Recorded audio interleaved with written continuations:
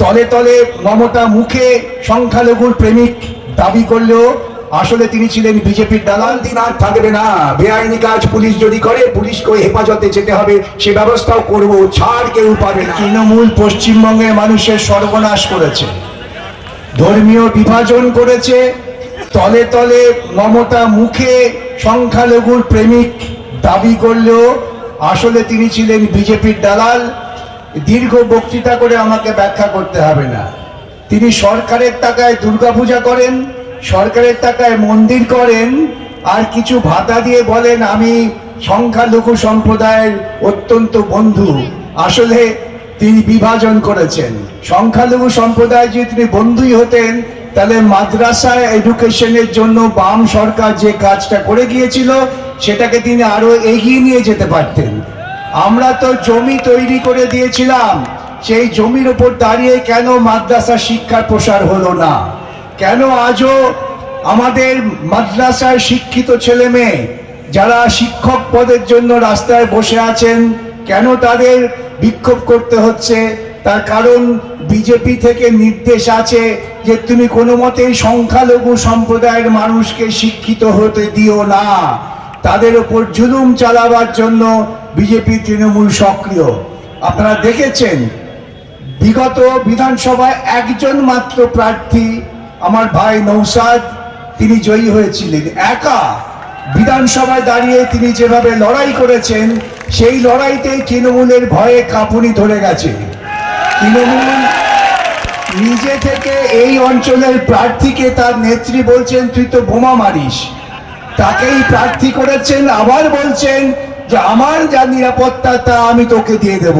আসলে এই রাজ্যের তৃণমূল নেত্রী, কিছু মনে করবেন না, অনেকেই হয়তো পূর্বতন তৃণমূল সমর্থক আছেন, অনেকেই হয়তো ভেবেছিলেন যে বামপন্থীদের যদি খানিকটা কোণঠাসা করতে হয় তা তৃণমূলের হাত ধরতে হবে।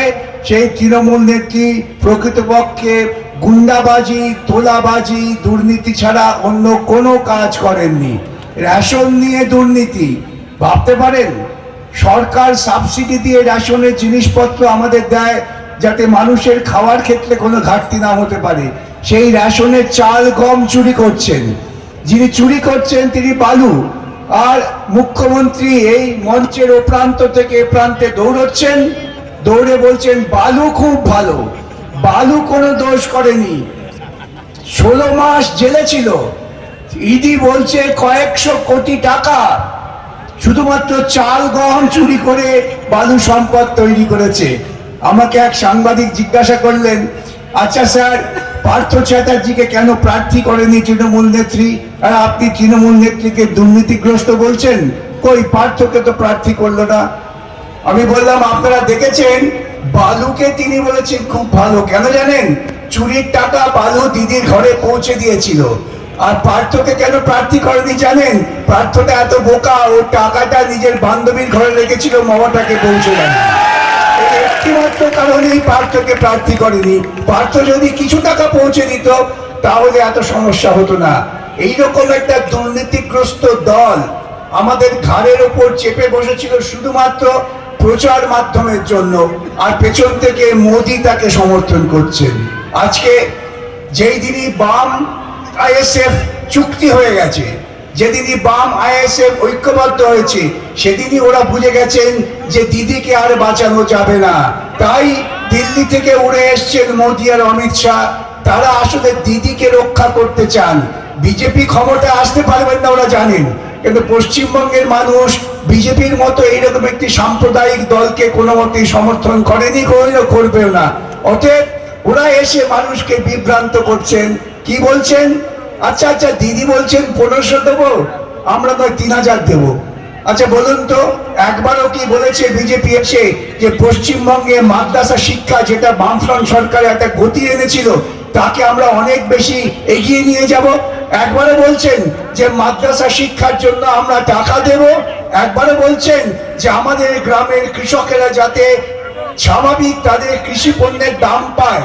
কৃষকেরা আলু আপনার এই অঞ্চল কৃষি অঞ্চল, আলু চাষিরা দাম পাচ্ছেন না, তারা আমার কাছে আসেন, এসে বলেন আমরা কি করব, আত্মহত্যা করা ছাড়া আমাদের কোনো পথ নেই। কৃষকেরা তার কৃষি উৎপাদনের সঠিক দাম পাচ্ছেন না, সে ব্যাপারে কিন্তু না দিদি না দাদা কেউ কোনো কথা বলছেন। এখন একটাই ওদের বক্তব্য যে আইএসএফ এবং বাম এই চুক্তি যাতে না হয় ওরা আপ্রাণ চেষ্টা করেছে। আপনাদের ভাইজান এবং আমরা এই চুক্তি করব, ঐক্যবদ্ধভাবে লড়াই করব, এটা প্রতিষ্ঠিত করে এগিয়ে এসেছি। আগামী দিন আপনাদের এই জমায়েত প্রমাণ করছে পশ্চিমবঙ্গ শাসনের নেতৃত্বে বাম আইএসএফ জোট থাকবেন। একটি সংখ্যালঘু এবং কমিউনিস্টের নেতৃত্বে ভারতবর্ষের বুকে একটা নতুন দৃষ্টান্ত স্থাপন করে ধর্মনিরপেক্ষ সরকার হবে, যে সরকার এসে কৃষকের স্বার্থ রক্ষা করবে, সাধারণ মানুষের স্বার্থ রক্ষা করবে। আর ওই যে বলে পরিযায়ী শ্রমিক, পরিযায়ী হবে কেন? আমার এখানে যদি কৃষি পণ্যের দাম পায়, আমার এখানে লেখাপড়া শেখার পর যদি কারখানা তৈরি হয়, সেখানে কাজের সুযোগ হয়, কেন বাইরে যাবে আমার ঘরের ছেলেরা? আমার ঘরের ছেলে তো বাইরে যাওয়ার কোনো প্রয়োজন নেই। কাটমানি দিয়ে শুধুমাত্র কিছু লোককে পকেটে রেখে দিয়ে অন্য লোকদের ভয় দেখানো, এই চালাকিটা শেষ হয়ে গেছে। এই যে আমার আগে বন্ধু বললেন যে বলছেন ওখানে বোমা আছে, ওটা আসলে তৃণমূলের বাড়ি, এবার সেটা আইএসএফ এর ঘাড়ে চাপাবার চেষ্টা করছেন এবং পুলিশ দিয়ে সেটা ওরা কার্যকর করতেন। এখন পুলিশেরও টনক নড়ে গেছে। বেআইনি কাজ করলে পরে আমরা বলেছি, ঘোষণা করেছি, এমন দিন আর থাকবে না। বেআইনি কাজ পুলিশ যদি করে, পুলিশকে হেফাজতে যেতে হবে, সে ব্যবস্থাও করব, ছাড় কেউ পাবে না।